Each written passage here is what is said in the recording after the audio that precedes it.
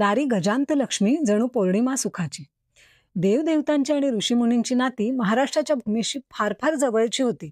रुक्मिणी ही महाराष्ट्राची कन्या, म्हणजे यदुराज श्रीकृष्ण हा महाराष्ट्राचा जावई होता. प्रभू रामचंद्र आणि सीता यांनीच दंडकारण्यात गोदातीरी पर्णकुटी सजवली आणि संसार केला. म्हणजेच महाराष्ट्राची पहिली गृहलक्ष्मी सीता होती. मराठ्यांची राज्यलक्ष्मी आणि गृहलक्ष्मी सकल सौभाग्य संपन्न वज्रचुडे मंडित होती. ती अंगणा व विरांगणा होती.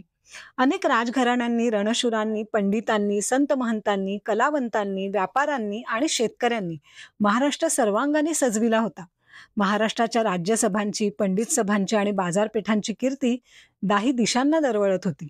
सर्व कला आणि विद्या भरजरी पैठणीसारख्या झगमगत होत्या. येथे काव्या इतकी सुंदर कैलासलेणी आणि लेण्याने इतकी सुंदर काव्य निर्माण होत होती. पैठण, सिन्नर, तेर, ठाणे, करवीर, गोवे, वाशिम, पवनर, चौल, सोपारे वगैरे नगरे वैभवाने नटलेली होती. राज्यकर्ते प्रजेवर अपार माया करीत होते. राज्याच्या सीमा निर्धास्त होत्या. स्वराज्याच्या हितरक्षणासाठी मुत्सद्दी आणि चतुरंग सेना सदैव जाग्या होते. खेडीपाडी आनंदात होती. दानावैरण अपरंपार पिकत होती. कुणीही अन्नासाठी वणवणत नव्हता. दारी याचक, अतिथी, गरजवंत वा विद्यार्थी आला तर घरधनाला व गृहिणीला आनंद होत असे. भिक्षा मागणारे याचक पोटभरू भिकारी नसत, ते असत व्रतस्थ, ते असत देवभक्त. अन्नकोट घालणारा महाराष्ट्र तृप्त, समृद्ध, दानशील होता. सुंदर सुंदर मंदिरात अप्रतिम मूर्ती होत्या. रतिमदनांनाही लाजावे असे लावण्य मूर्तीत होते.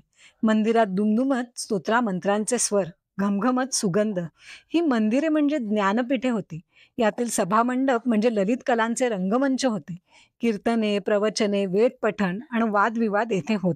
पंडितांच्या सभा येथे गाजत. कुशल कलावंतांची गायने, वादने आणि गाऱ्हाणी मांडली जात मंदिरातील देवांपुढे. महाराष्ट्र श्रीचरणी तत्पर होता.